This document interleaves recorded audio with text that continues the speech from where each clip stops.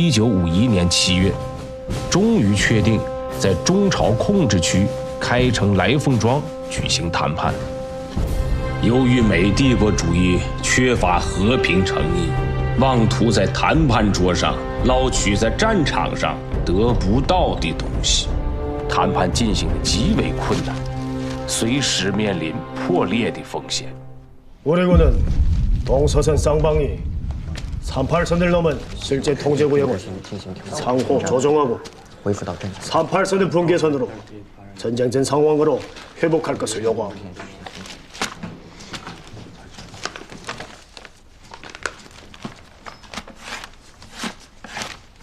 This proposal is not worthy of discussion. Take a look at our proposal.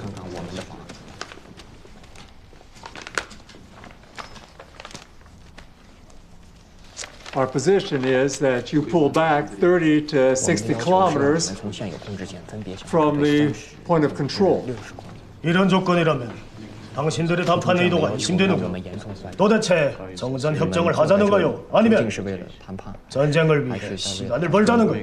This is a reasonable proposal. The land that you relinquish is compensation for our naval and aerial superiority. You have to compromise to avoid further bloodshed and to avoid us from using our naval and aerial superiority to achieve our goal. 这才是不值得讨论的方案。战线维持在38线附近已经2个多月了，战斗从未停止。你们也一直在运用你们的海空优势。请问，你们的战线向前推进了多少公里？你们的海空优势又为你们争取到了多少土地？ 다시 한번 말하지만 미국 정부가 먼저談判을 하자고 했고 38선을 분계선으로 전쟁 전 상태로 회복하자고 했소. 만약에 이런 전제 조건이 없었더라면 우리는 이 자리에 앉아있지도 않았을 것이오. What a pity. This is not our formal proposal for this negotiation. 전혀 신용을 지키지 않는구만. Formal proposal means formal proposal. Superiority means superiority.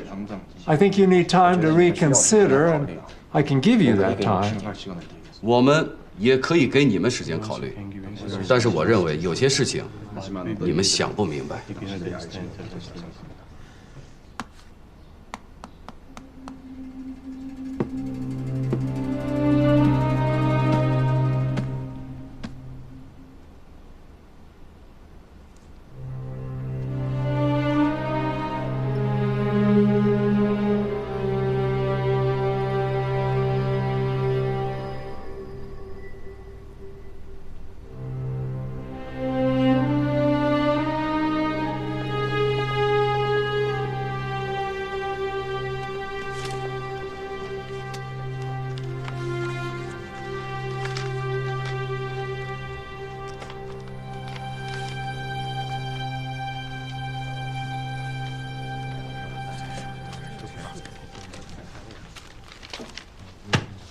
Since we have nothing more to say, let machine guns and cannons talk for us. Gentlemen.谈判석에서 얻을 수 없는 것을 전장에서 얻을 거란 생각은 절대로 하지도 마. 用不了多长时间，你们还是会回到谈判桌。到时候你们一定会自觉地收回这个厚颜无耻的方案。开城谈判破裂后，联合国军仰仗海空优势，连续发动了夏季攻势和秋季攻势，妄图将战线大大推进到38线以北。而我军则遵照毛主席和志思的指示，与敌人展开了寸土必争的阵地战。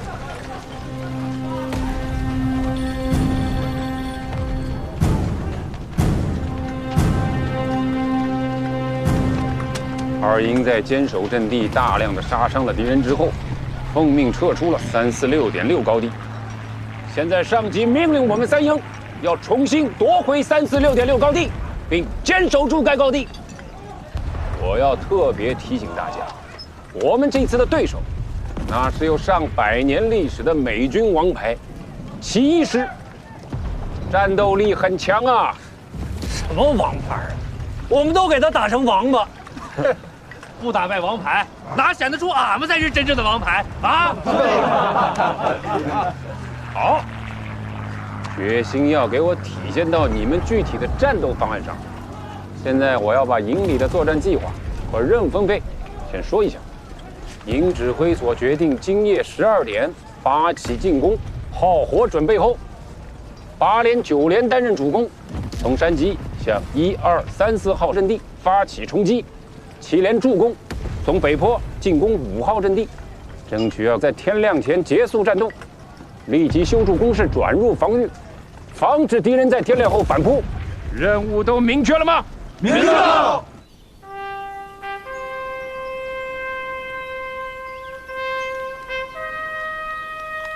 各班派人来领弹药了啊！是。快去领弹药。是。各班派人领弹药了。各班派人去领弹药了啊！是。各班去派人领弹药。190，快去！没有了，跟我来。有你表现的时候。是。派人去领弹药。是。记着，一定要做好准备。是。何中年。是。派人去领弹药了。是。副连长。副连长，班长，有大麻令没有？什么大麻令？美军的大麻令啊！那个兵院。回去。各班派人去领弹药了。派人去领弹药。连长，我看连长和赵元去营里了，这次真的要打了吗？让你干啥就干啥，咋还那么多问题了呢？是。各班派人去领弹药。你们两个给我去领弹药。是。派人去领弹药了。小诺，小诺啊，想什么呢？赶紧收拾啊，准备去换岗。是。我有一点不明确，讲，凭什么让我们打助攻啊？而且只分给我们一个5号阵地，我们7连哪点不如8连、9连了？就3个步兵连，总得要有人打助攻吧？那你说怎么安排合适啊？那就简单点，按顺序，啊，7连、8连主攻，9连助攻。哎，我说你个刘家龙啊！昨天我刚请你吃了美国的牛肉罐头，喝了老白干，你今天就拆我的台，你就乖乖的服从营长命令得了。啊，这样啊，你把主攻让给我，我给你5罐罐头。行了，老刘，每次都是你们7连真攻抢任务，这次你就让着点9连吧。啊，8连长，你还在这打横炮？我告诉你，这任务我争定了，连你的我都要了。营长，你要让我们7连打主攻，1、2、3、4号阵地我全包了。你还能抽出1个连当预备队。刘家龙，我见过霸道的，没见过你这么霸道的。对，这叫霸气，有底气才霸气。我们7连完成任务，那就从来没含糊过。说话呀！怎么都不说话了？美国的牛肉罐头你也吃了，老白干你也喝了，怎么没有劲儿争了？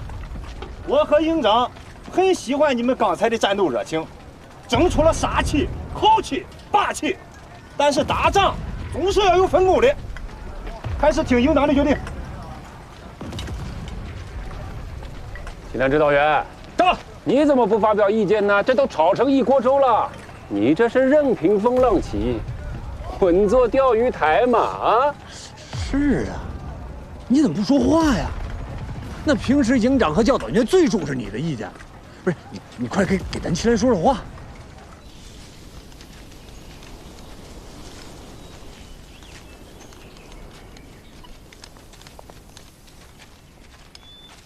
二虎，到，注意警戒。是。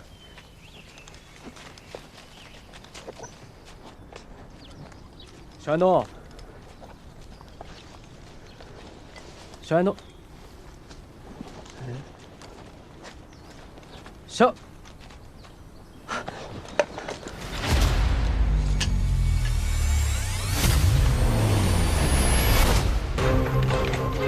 小安东，小安东，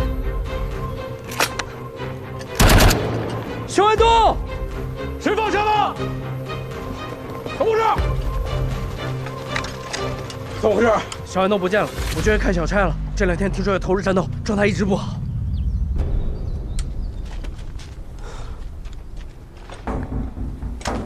你留在这儿进上岗，7人跟着我一块儿出去抓逃兵。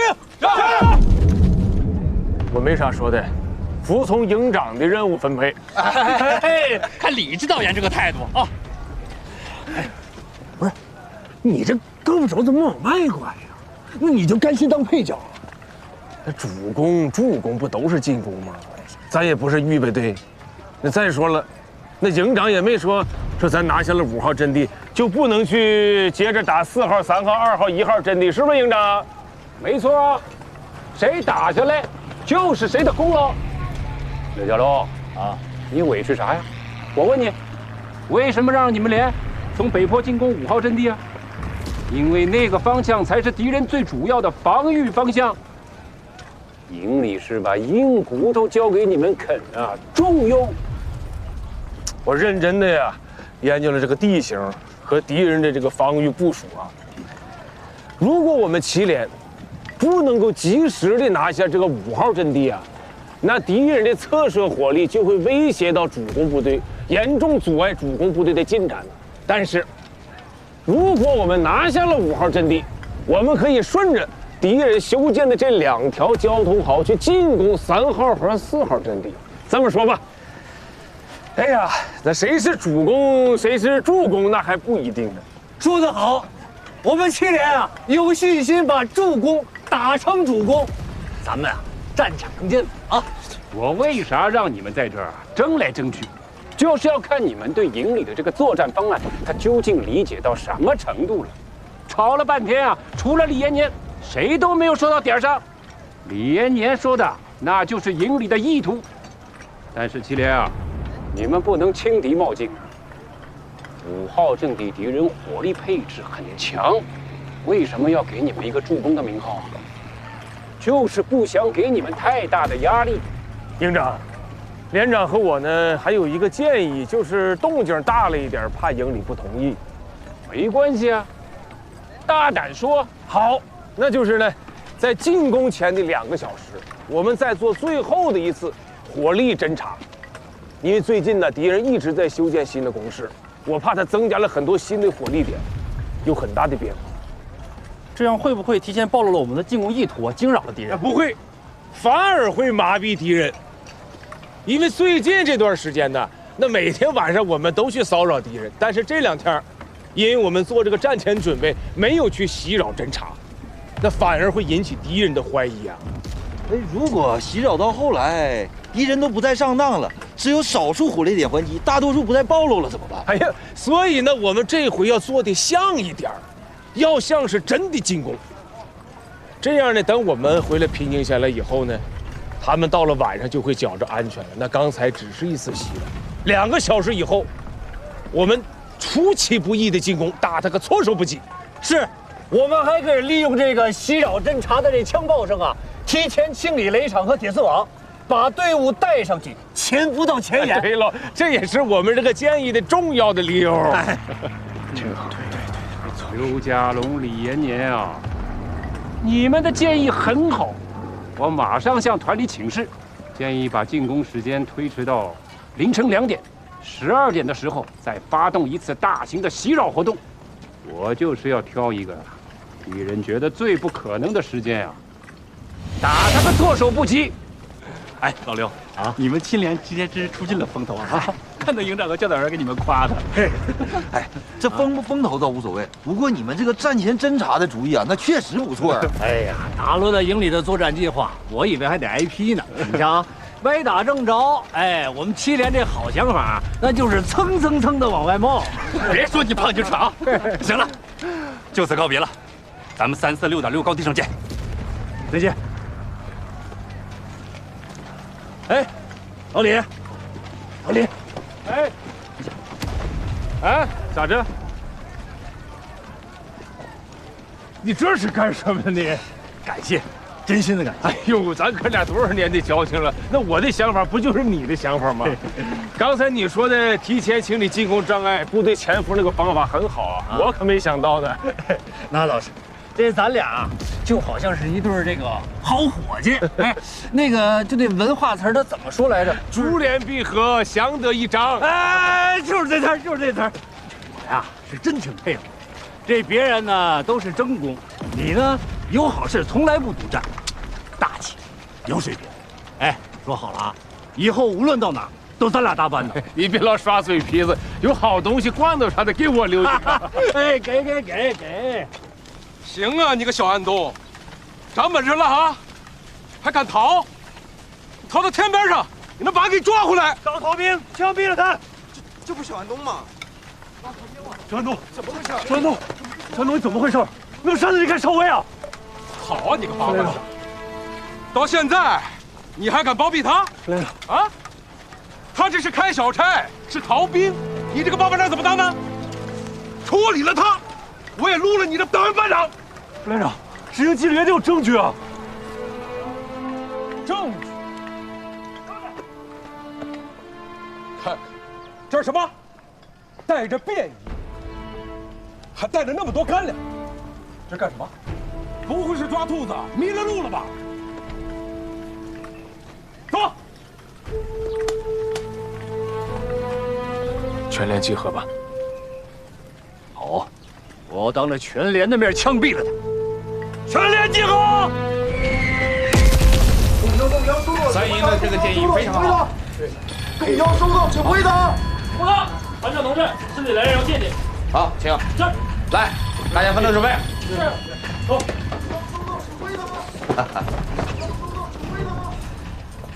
陈团长，曾副科长，大驾光临，有何指教？哦，对了，你们蹲点调查有结论了吗？是，确实有了初步结论。坐下说，坐下说。谢部长，你先说吧。是。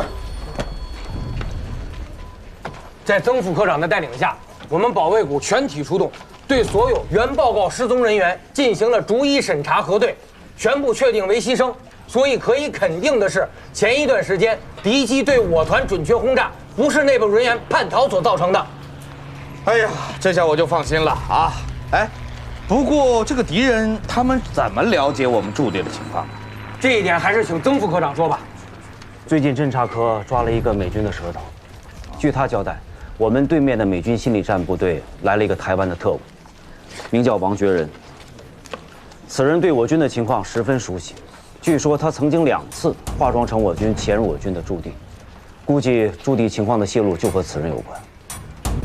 上次轰炸的确给我们造成了不小的损失，这个狗汉奸比美国佬还可恨。团长，前段时间我们保卫股和团里汇报过，在驻地发现过可疑人员，自称是友邻部队的侦察员。后来我们根据团里的指示，通知部队，如果再遇见可疑人员，全部扣押。这个事情我知道了，谢股长，一定要加强部队的安全保卫工作。是。自从这个汉奸来了之后，敌人对我们的策反宣传发生了明显的变化，更加有欺骗性、迷惑性。这个冒充我军侦察员的家伙还和我们的战士进行攀谈，打听过一些人。之后了解，他打听的都是原国民党军的解放战士。看来他是想策反我军的解放战士。根据这个情况和友邻部队的经验，我建议对咱们团的解放战士做一次审查摸底，对解放战士较多的连队暂停执行责任。曾副科长，这个建议是代表你个人还是师里？情况紧急，我还没有来得及向师里汇报。我听说你们3营马上就要攻打346.6，而3营的解放战士基本都集中在7连，所以能不能调整一下，把7连换下来？7连，那是刘家龙和李延年的连队。对。队长，下可战，下去干！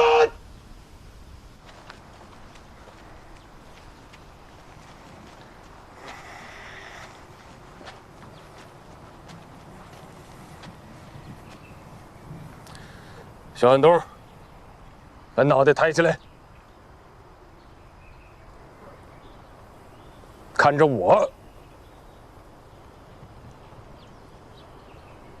你这么做，对得起你们班长不？指导员，你别说了，我对不起你和班长。好好想想，人不能糊里糊涂的活着，也不能糊里糊涂的死。今天，我们连里出了一件奇耻大辱的事情。脸呐，把我们7连的脸都丢尽了。大家看看，就是这个张安东，带着便衣和一大包的干粮，开了小差。我们马上就要投入战斗了，这是我们为国立功的机会，大家说是不是？是。可这个张安东，他觉得不是，他临阵脱逃，贪生怕死。大家说，应该怎么办？处分他！处分他！执行这场纪律。张安东，你还有什么话要说？我没什么可说的。横竖也是死，2营上就没几个活着回来了。好你个小安东，临死了还给我动摇军心！2营的同志牺牲了，那是英雄；你当逃兵被枪毙，那是狗熊。是，2营是牺牲了不少同志，可是他们完成的任务，打死了至少2倍以上的敌人。立功受奖不计其数，军师首长统领嘉奖，打出了我们志愿军的威风。大家说，你们是要当英雄立功，还是要当狗熊讨宝？英勇作战！英勇作战，不怕牺牲，人人立功，正当英雄。7连的同志们，7连的同志们，听我说，我张安东最后求你们一件事，无论谁活着回国，替我告诉大柳书镇高山屯的张小牛，我是为他死的，让他去成好人，我是为他死的，我不是逃兵。就为了个女人，知道吗？没出息！值，就是值！我的命上就给他，我的姓也上就给他，我为他做什么都值。好，你要为他死，我成全你。连长，连长，连长，连长，你就饶他一条小命吧。这孩子命苦啊，二妞可是他如父如母的亲人啊。你要怪就怪我，是我没带好他。你就让他上战场，杀敌立功，将功折罪吧，连长！我求您了，报班长，我还没找你了，你自己都蹦出来了，这连累谁不知道？你把小安东当儿子一样看，要是没有你惯着他，他也当不了逃兵。你给我起开！我毙了他，我再来找你算账。连长，连长，起开！连长，连长，连长，连长，连长，立即归队。指导员。你知道违抗命令的后果，服从命令。3营的作战会议已经开完了，他们已经做好了准备，4个小时以后部队就要出发了。临战调整部署，兵家大忌。我看还是不要破坏3营的安排。陈团长，我再给你通报几个情况吧。一个，友邻部队在对解放战士的审查摸底中查出，有国民党军官冒充我军士兵，到了前线悄悄准备叛逃，幸亏被及时发现。第二，我们在本师7大团的清查中，发现有个别解放战士私自保留敌人空投的宣传品和叛逃用的所谓安全路条。第三，陈团长，您知道，师长、政委曾经多次强调，要吸取兄弟部队5次战役后期的经验和教训，做好政治保卫工作。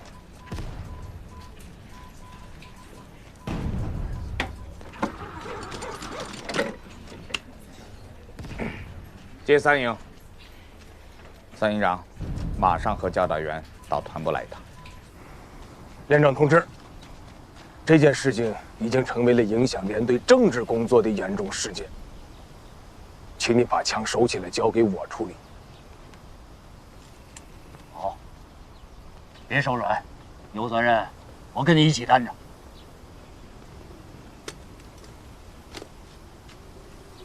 大家除了对张安东临阵脱逃的行为感到愤怒之外，一定很奇怪，这个张二妞，她到底是个什么样的女人，能让张安东连命都不要了？指导员，你就给讲讲呗，让他死个明白。好，我讲讲。这个事儿啊，在连里呢，除了我和八班长，真没有人清楚。有2件事我先说在前头。第一个呢，就是这小安东自个儿说的，他的命是二妞给的。第二个，大伙儿会更加的吃惊。这小安东啊，是靠二妞给养大的。这二妞得大小安东多少岁啊？不大，他比小安东还小。比小安东还小，比他还小。哎呀，这张安东啊，刚记事儿的时候呢，父母就不在了，他一直是靠着流浪乞讨为生。大概是他7岁的时候吧，来到了这个靠山屯附近，他想呢进村乞讨，这好几天呢都没要到吃的东西了，一下子呀就饿倒在了村外边的一片田野里头。他正赶上二妞放羊从这儿路过，就发现了他，一看呢他是饿的，就喂他干粮。那当时的小安东就跟死人一样啊，啥也咽不下去。当时啊，这个只有5、6岁的小姑娘，你们知道她干了一件什么样的事情？指导员，你快讲吧。指导员，你快说吧，我们都想听。二妞啊，用自己的嘴把羊奶吸出来，喂进了小安东的嘴里头，把他救活了。后来呢，这二妞啊就把他安顿在一个山洞里头了。这每天呢，把放羊带的干粮，都拿给他吃，宁可自个儿饿着。这小安东也帮着他干点活。这慢慢呢，这2个人的日子就这么过起来了。等着小安东长大以后啊，就自己出去干活养活自个儿了。这2个人呢，就建立了感情，一个是非你不嫁，一个是非你不娶。最后呢，这二妞的父母啊，就认可了这个未来的女婿。这小安东他本来就无名无姓，来到张家那就姓张了。他还依稀的记得呀，他是从安东跑过来的，就叫张安东了。那要不是国民党抓壮丁呢，现在孩子得有几个了。他跟着国民党一路就到了湖南，是跟我们的一次战斗当中啊逃跑，差点让军官打死，是被八班长给救了。他看着我们这个队伍呢官兵平等啊，就跟了我们加入了解放军。大家说说，二妞这个姑娘好不好？好。可爱不可爱？可爱。其实，在我们国家呀，这样可爱的女人呢多了，千千万万。武班长，你老婆一个人照顾这2个孩子，还有你生病的老父亲，她好不好？好。我老婆那是天底下最好的老婆。那你为什么不在家陪着老婆孩子，非要当兵打仗呢？报告指导员，我们那是解放区，不打跑，国民党互相推，就不玩过日子，连兵都没了。副指导员，走。你那个对象我看着也不错呀，那来连里看你，一个人啊挑着一担子的军鞋，全连一人发了1双，他好不好？好。俺和俺媳妇儿从小就认识，青梅竹马。俺媳妇儿又贤惠又能干，长得还漂亮。除了这些呀，那我们每一个人都有自己的父母、兄弟姐妹、亲戚朋友。大家说说，你们想不想家乡的亲人？想。好。我请大家呀，把眼睛都闭上，好好想一想，好好想一想自个儿的家乡，想想你的亲人，再想一想，我们入朝以来这一路上看到的凄惨的景象。村庄被战火摧毁了。那到处都是来不及掩埋的百姓的尸体，还有那些失去父母、无人照管的可怜的孩子。大家还记不记得有一次我们途中休息，到溪边去取水喝？来到溪边一看呐，那水是红色的，那上游的溪畔倒着几个刚刚被美国的飞机炸死的洗衣裳的妇女。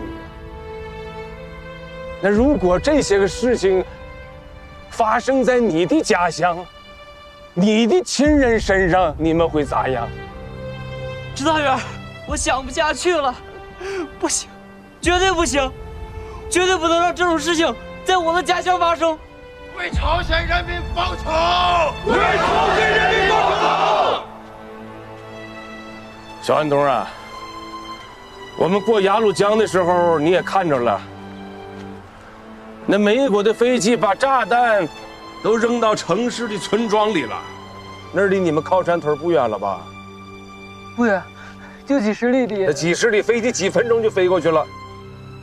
飞机要飞到你们村里，你咋办呢？我就是担心飞机炸了就家。就算你顺利逃回去了，飞机飞过去了，你有啥办法呢？你跑都来不及你。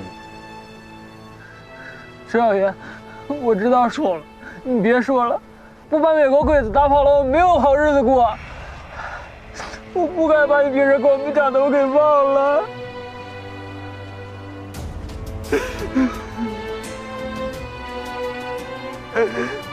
同志们，道理很简单，也很残酷。简单的大家都明白，要想过上和平幸福的日子，只有打胜仗，要把美国鬼子打得不得不罢手为止。残酷的是，可能到了和平来临的时刻，我们有许多人已经看不到那个幸福的场景了，不能和亲人们团聚了。但是，祖国会记得我们，亲人会感激我们，是我们让他们过上了和平幸福的日子，是我们让敌人知道我们的国家无比强大，不容屈辱。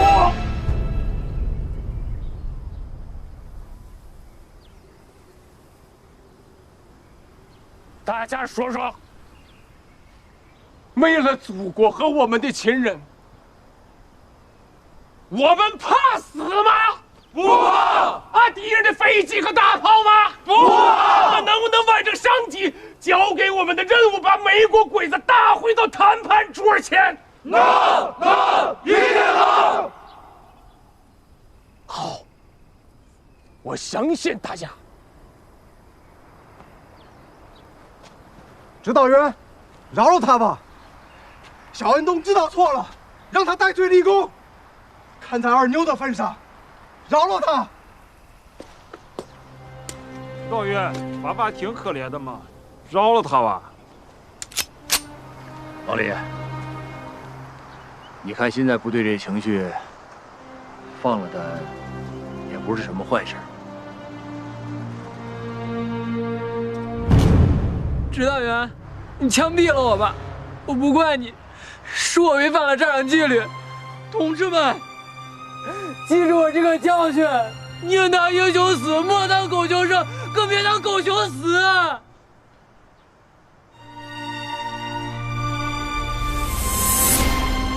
指导员，把眼睛闭上，跟你的二妞告别，彻底告别。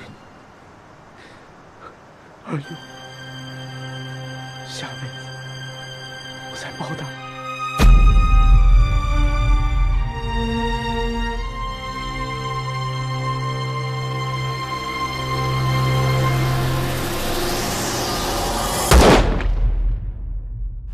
不行，我想了半天，我不同意调整部署，全团换哪个连都不如我的7连。这次作战计划调整到了凌晨2点进攻。那到天亮只有短短的不到3个小时，要打下来，要在天亮前完成防御部署，调整完计划，修筑完工事。部队用的不顺手，我无法保证我能完成任务啊！如果在战斗中出现了政治保卫事件，谁能负得起这个责任？曾副科长，越是这个时候，咱越不能着急啊。你听我给你介绍一下七连的基本情况，也许你会改变对七连的看法。你知道我们营为什么要把这些解放战士都主要集中起来给七连吗？除了他们的确缺人之外，最重要的考虑是七连有一个团结有力的党支部，有一个优秀的指导员，那就是李延年同志。他的政治工作成绩在市里边都已经挂了号了，这个咱们大家伙也知道。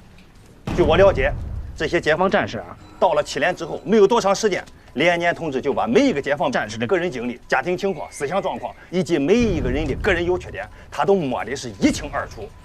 别说在咱们这个解放战士里边没有暗藏的这个敌人军官或者是极端的反动分子，就算是有，也都让李延年早就给挖出来了。所以，我赞成我们营长的意见，不要调整七连的人物。就算他工作做得好，我们验收一下总可以吧？平时的思想工作和集中审查的效果不一样。根据友邻部队的经验介绍，那个被发现的敌人军官平时伪装得很好，甚至受过多次的表扬和嘉奖，可就是经不住集中审查，一下就暴露。再说，我也不是无事生非，我这掌握的敌特大厅的5个人的名单就是你们七连的，不经审查，谁能保证他们就没联系上？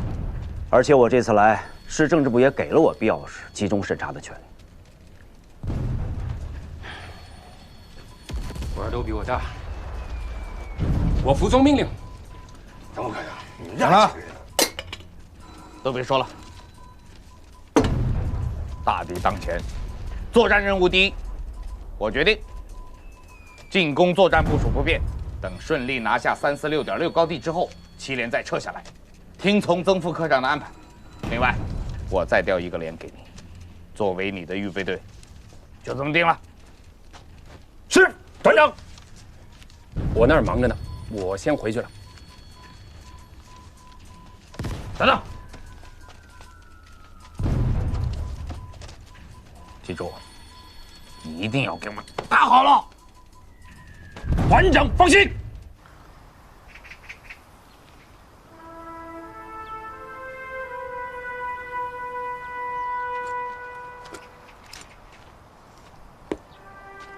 小安东，作为逃兵，你已经死了一次了。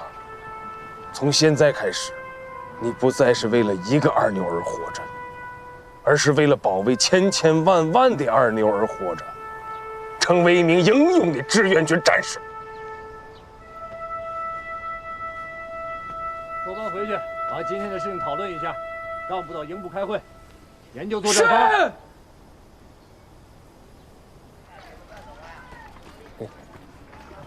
秀才，这是俺们班的，帮交给连首长。还有个事儿，你得给评评理。啥事儿？他说俺是糊弄祖宗。糊弄祖宗？俺们班文盲多，就那么一个赵正兴，就上过那么几天初小，认识那么几个字儿。今天就笑话俺说俺这名字不好。你名字哪儿不好啊？他说宗就是祖宗，衍就是敷衍。对，衍就是敷衍，敷衍。他告诉我说就是糊弄的意思，这连起来不成了糊弄祖宗了？俺爹是没文化，但俺这名儿可是俺爹花了1斤小米，请私塾先生给起的，不可能起这么一名啊！笑什么？哎，别生气啊，不是你糊弄祖宗。是那个赵正兴，他糊弄你，糊弄俺。二班副，你知道有个忠臣要叫五子衍宗丸吗？那要专治男人不生孩子的。你啥意思？你是说俺这名是药材啊，还能生孩子？对。哎，生孩子不是女人该干的事情吗？哎，你们都别捣乱了啊！陈学宗，你的名字的意思啊，是让你繁衍后代，继承你老祖宗的意愿。说白了，让你早娶媳妇儿，多生孩子。早娶媳妇儿，多生孩子，这是俺爹的意思。班长，他们8班就是怂，班长怂，所以就怂一窝。不要说别的呗，就说咱们自己。那我不可能当逃兵，咱们班5班也不可能出逃兵，是不是？是。好。哎，班长，咱们班不是还有个老落后呢？老落后，哎，老落后，哎，能不能别老可我一个人埋汰？人家叫老落后你就答应了啊？你不觉得丢脸？嗯呐，我就落后了咋的吧？没有落后咋显你们先进呢？说话呢？开小差吧？没个纪律你们。罗厚才，请你正面回答一下这个小虎同志啊关于开小差的问题。开玩笑呢吧？咱指导员那枪法，你们是没看见是咋的啊？抬枪就崩，那子弹，嗖家伙，擦了小安东的头皮就过来，说不伤的，哎，还就不伤的。那班长，你不特等射手吗？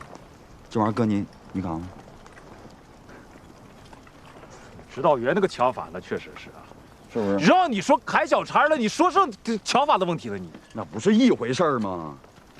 我没有小安东那么多悲情的故事，让咱们指导员手下留情，所以咱也不敢跑啊。那跑不就是死吗？是吧？哦，那你就是因为怕死才不跑的？那指导员的话，你都到屁放了啊？咋就跟你们说不明白了呢？我从国民党那个案过来的，所以我对咱指导员的话。那比你们谁体会都深。好，讲。